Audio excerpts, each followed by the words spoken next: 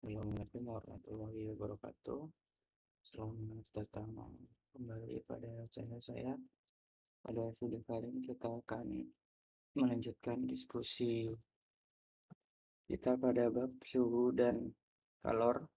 Ya, salah satu konsep dasar yang mungkin baru-baru ini tuh sering kita jumpai, seperti yang saya tampilkan ilustrasi.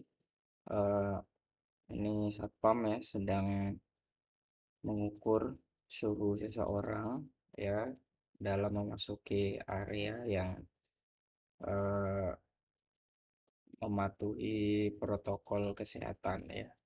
Tetapi selain kegiatan ini mungkin ada beberapa eh, kenyataan lain ya yang sering kalian jumpai dalam keseharian kalian. Ya, suhu dan kalor ini banyak sekali apa ya diterapkan.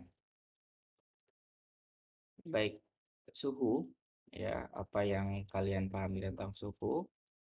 Suhu adalah derajat atau ukuran panas suatu benda ya. Semakin besar ya nilai suhu, berarti benda itu semakin panas ya. Nah, alat untuk mengukur suhu adalah termometer ya, dimana ada bermacam-macam skala yang pernah digunakan. Nah, kalau di Indonesia itu digunakannya adalah Celsius ya. Celsius. Kalau di luar negeri mungkin ada yang menggunakan Fahrenheit. Tapi kalau di Indonesia menggunakan Celsius. Nah, kalau internasional, sistem internasional itu menggunakan satuan Kelvin. Ya, kenapa Kelvin? Karena sistem internasional itu menganut nilai nol mutlak. Jadi menganut suhu yang ada titik nolnya gitu ya. Sedangkan Celsius, Fahrenheit atau Reaumur itu dia tidak memiliki nol mutlak. Nah, beberapa termometer ini itu dibedakan ya berdasarkan skala yang dibuatnya ya, terutama di titik beku dan titik didih air. Nah, kalau termometer Celcius dia titik bekunya itu berada di suhu 0 derajat dan titik didih air itu di suhu 100 derajat.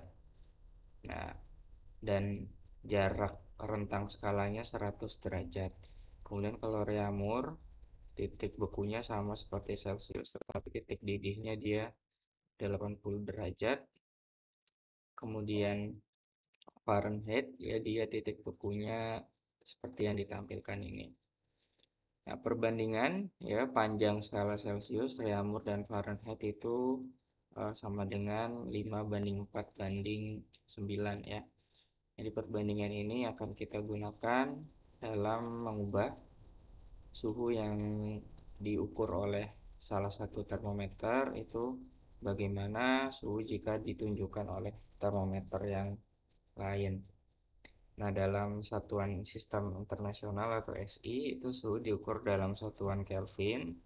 Nah, cara mengubahnya kalau misalkan dari Celsius itu tinggal ditambah dengan 273 ya. Jadi misalkan di sini suhunya 0 derajat, nah, maka di situ di Kelvin itu masih 273 Kelvin. Jadi kalau 0 Kelvin itu berarti 207 negatif ya, 273 derajat Celcius gitu ya. Nah, kalor. Nah, kalau kalor ini panas ya, energi panas yang merupakan salah satu bentuk energi ya, energi matahari, energi apa, energi panas yang setrika misalkan ya, dari api ya, itu adalah bentuk-bentuk energi kalor. Nah, energi panas itu sama seperti energi yang lain dia memiliki satuan joule, tetapi untuk energi panas ini juga ada yang menggunakan satuan kalori, ya kalori. Kalori ini juga merupakan satuan dari energi panas yang biasanya ini digunakan ya pada bidang-bidang biologi ya. Biasanya itu menggunakan satuan energi makanan itu yang bisa dibakar oleh metabolisme kita itu dalam satuan kalori. Nah, konversi antara joule dan kalori adalah sebagai berikut ya. 1 kalori sama dengan 4,2 joule dan 1 joule sama dengan 0,24 kalori.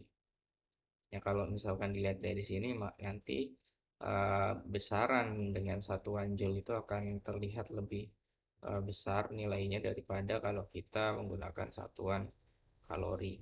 Tapi ini tidak perlu bingung ya, karena kalau misalkan di fisika itu menggunakan satuan joule ya.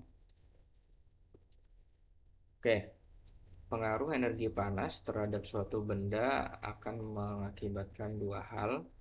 Yang pertama, jelas kalau misalkan benda itu diberikan panas itu akan meningkatkan suhu benda ya, yang dinyatakan dengan persamaan berikut. Q sama dengan mc kali delta T ya.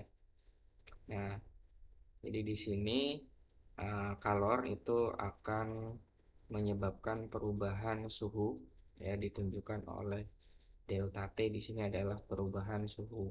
Dan C ini adalah kalor jenis benda yang adalah massa benda. Jadi semakin besar dapat dikatakan dari persamaan ini, semakin besar kalor yang diberikan maka akan semakin tinggi kenaikan suhu benda yang dihasilkan ya. Nah, Q adalah kalor, satuannya joule atau kalori. Kemudian kalor juga bisa mengubah wujud benda ya.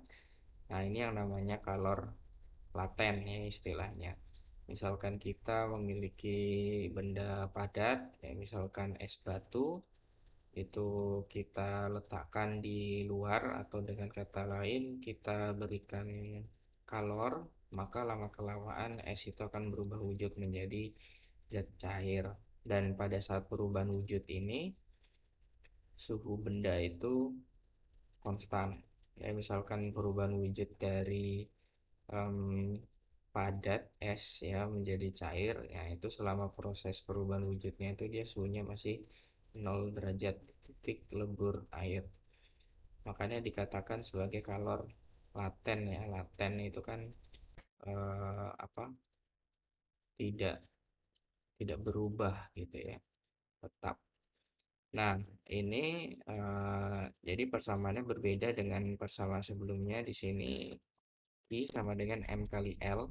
Nah, M ini adalah massa benda yang sedang berubah wujud, L ini adalah kalor laten ya, tergantung perubahan wujud yang sedang terjadi. Kalau perubahan wujud dari padat ke cair berarti kalor laten lebur ya, kalor lebur. Kalau perubahan wujud dari cair ke uap ya, dari air ke uap air, itu berarti kalor latennya nanti kalor penguapan.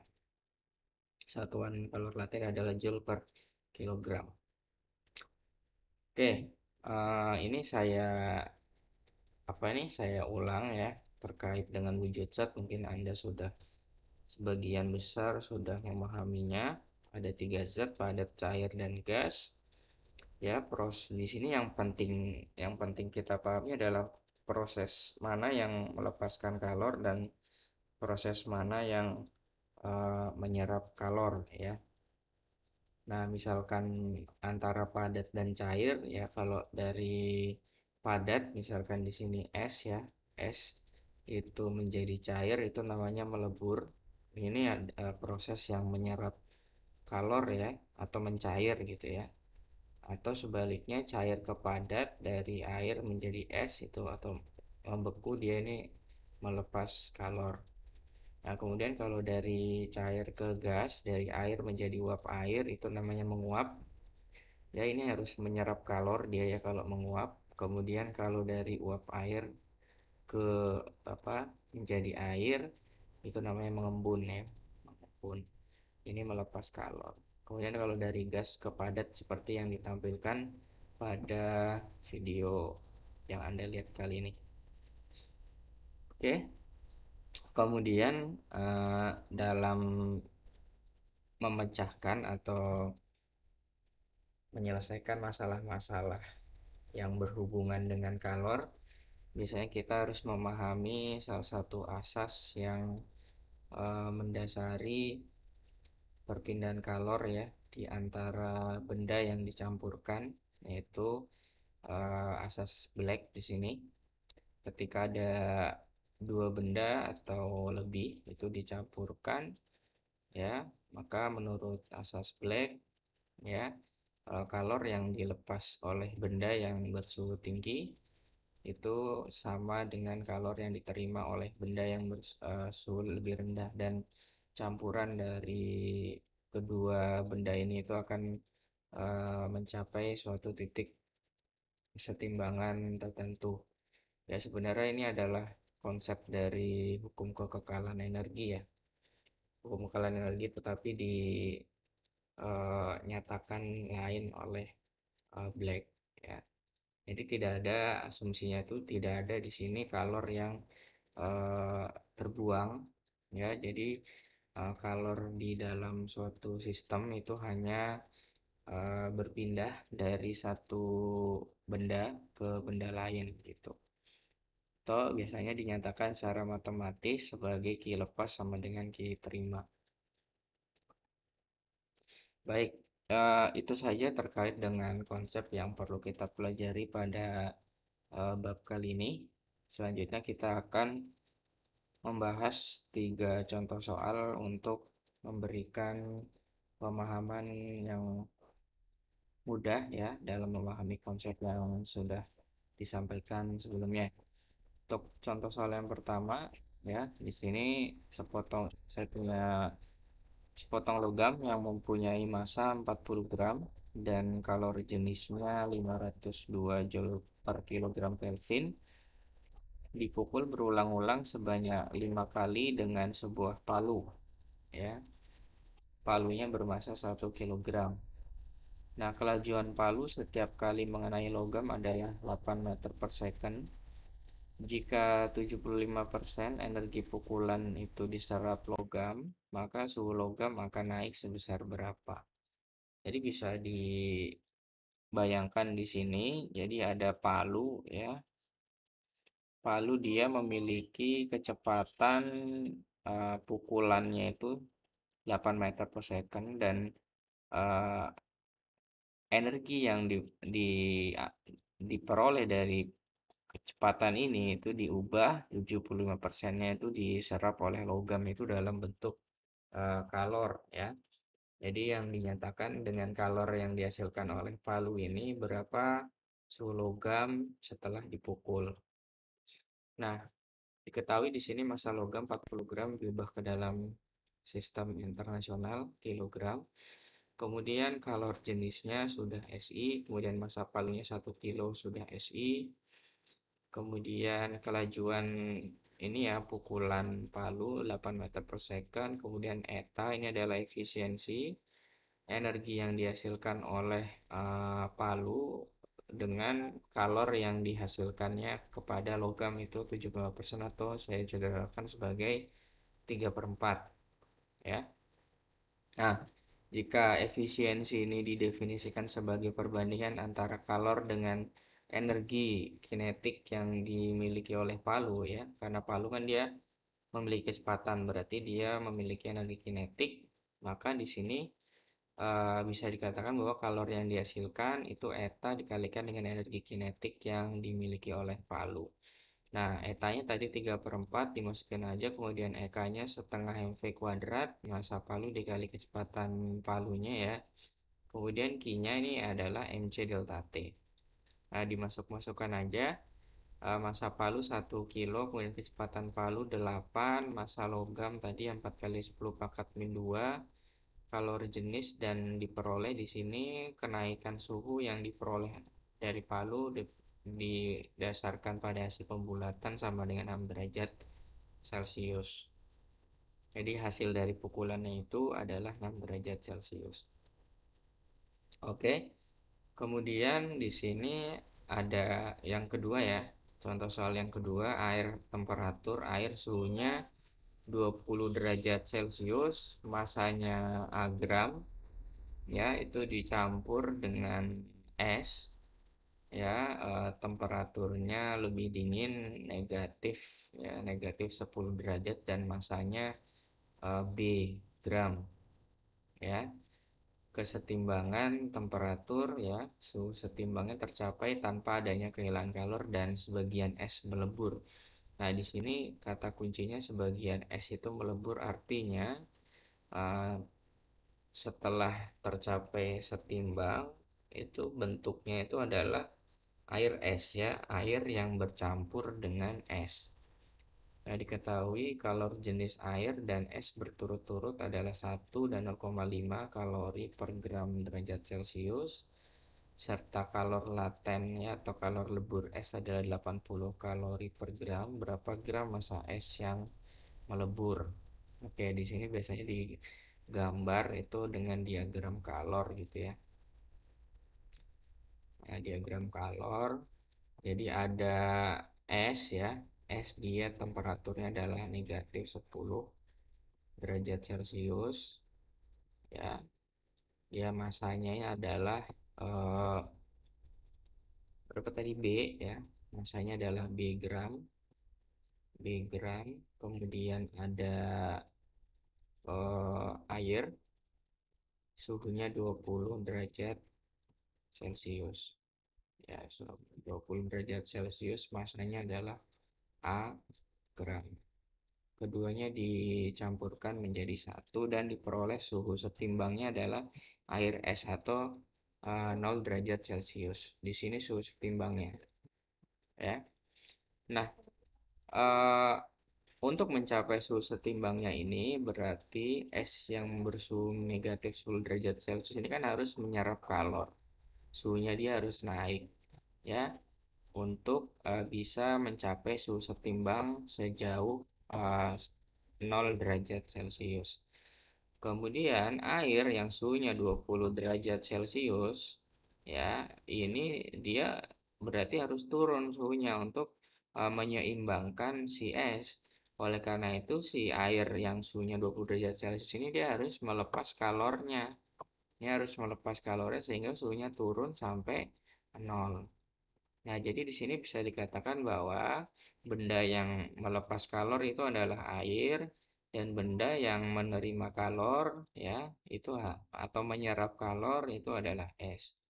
Nah, berdasarkan asas Black, ya, Q lepas sama dengan Q terima. Jadi di sini Q lepas ya hanya Q air saja. Nah, dia karena yang melepas kalor adalah air. Kemudian yang menerima itu adalah es. Kenapa di sini ada dua? Nah, di sini adalah kalor yang digunakan untuk menaikkan suhu dari -10 sampai 0. Ini saya simbolkan sebagai Qs, dan Q lebur ini adalah suhu yang digunakan untuk mengubah es menjadi cair pada suhu 0 derajat di sini. Ya kan, di sini kan 0 derajat. Gitu ya. Nah, mari kita hitung, ya. Untuk Q air, M air, C air dikali delta T air. Kemudian QS, MS, CS kali delta TS ditambah kalor lebur, ya, kalor proses peleburan es, MS kali LS.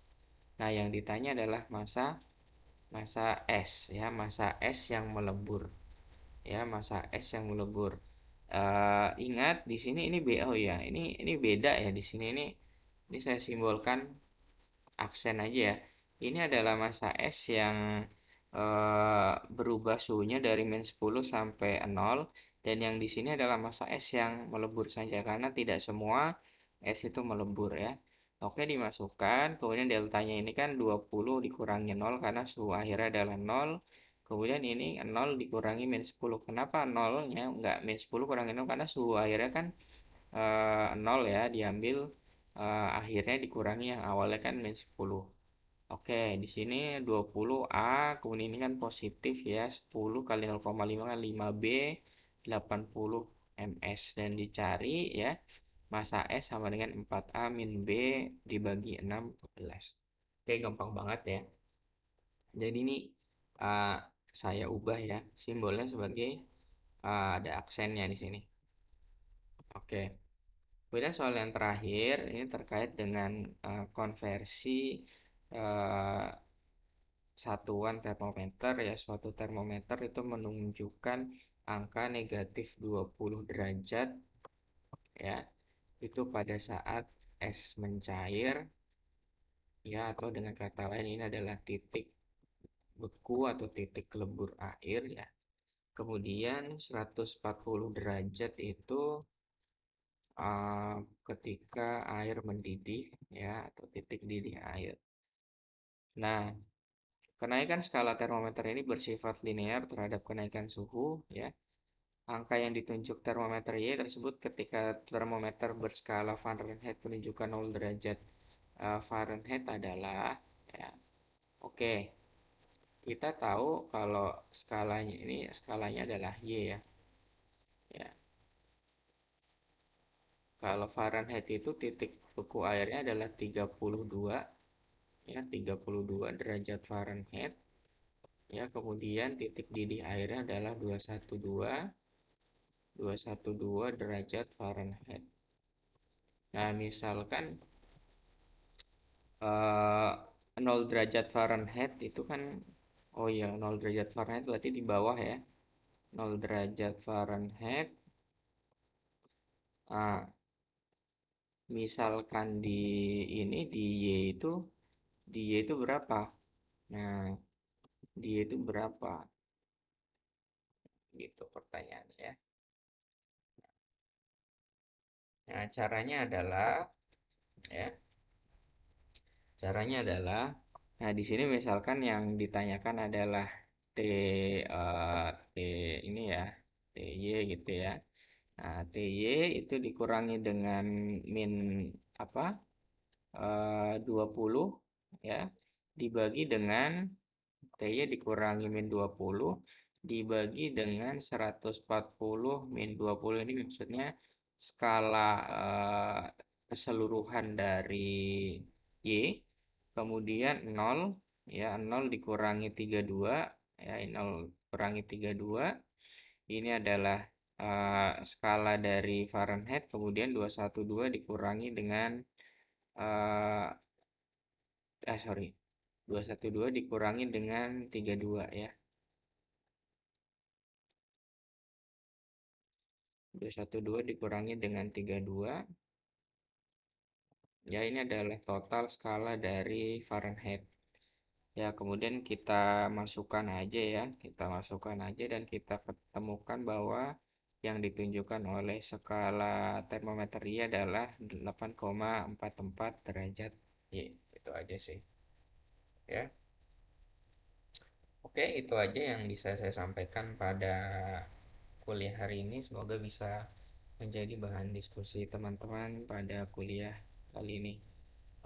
Terima kasih sudah nyimak video ini hingga selesai. Wassalamualaikum warahmatullahi wabarakatuh.